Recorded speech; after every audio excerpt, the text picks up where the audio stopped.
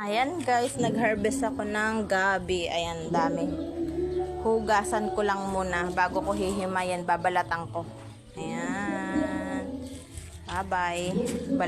Hugasan at balatan ko muna to. Ayan guys. Ayan yung gabi ko. Pakita mo yung gabi ko. Ayan. Ang dami. Binabalatan ko guys. Para may ulam kami. Ayan. Okay na. Hi guys, ayan po ang aking masarap na ulam. Hinarvest ko po yung aking gabi dun na tanim. Tapos sinahugan ko po siya ng pritong bangus na buntot ng bangus. Ayan. Ang sarap. Sinigang na gabi yan guys. With pritong bangus. Ayan. Lapit na maluto. Pwede na kaming kumain. Ayan.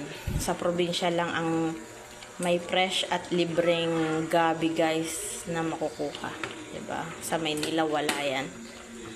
Tinanim ko pa yan tapos hinarvest ko. Tapos binalatang ko yan guys. Ayan. Tikman ko muna. Ang sarap.